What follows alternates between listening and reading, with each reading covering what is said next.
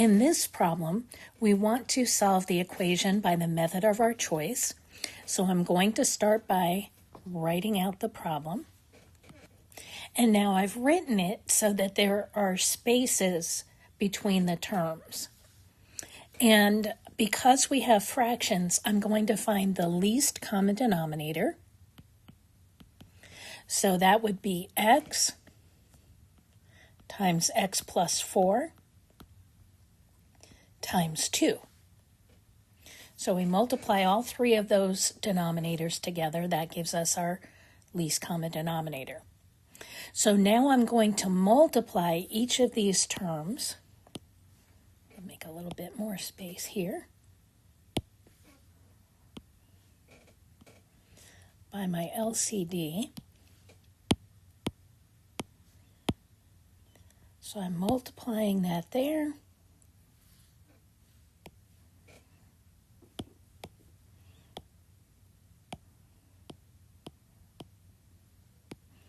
Multiplying it here. And multiplying it here. So I've got multiplication, multiplication, multiplication.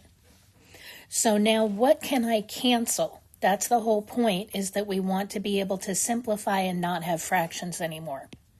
So I'm going to cancel the x and the x here. And that gives me 2 times x plus 4 plus, then I can cancel the x plus 4 and the x plus 4.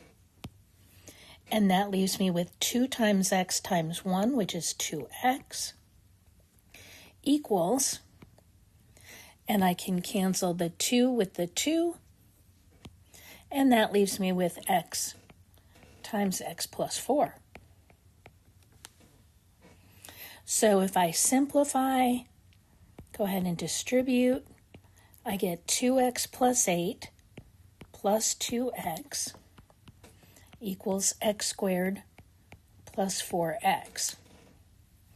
2x and 2x gives me 4x. So then I have 4x plus 8 equals x squared plus 4x.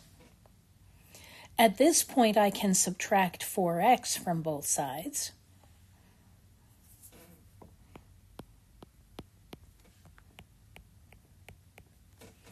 And I have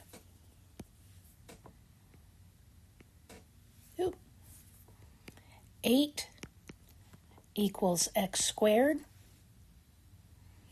And since those 4x's cancel out, and so now I can take the square root of both sides. Remember, when we take the square root of the constant, we put a plus or minus. So we've got x equals plus or minus the square root of 8, but that simplifies to plus or minus 2 square roots of 2. So that's my solution. And then I can check to make sure that this didn't give me 0 in the denominator.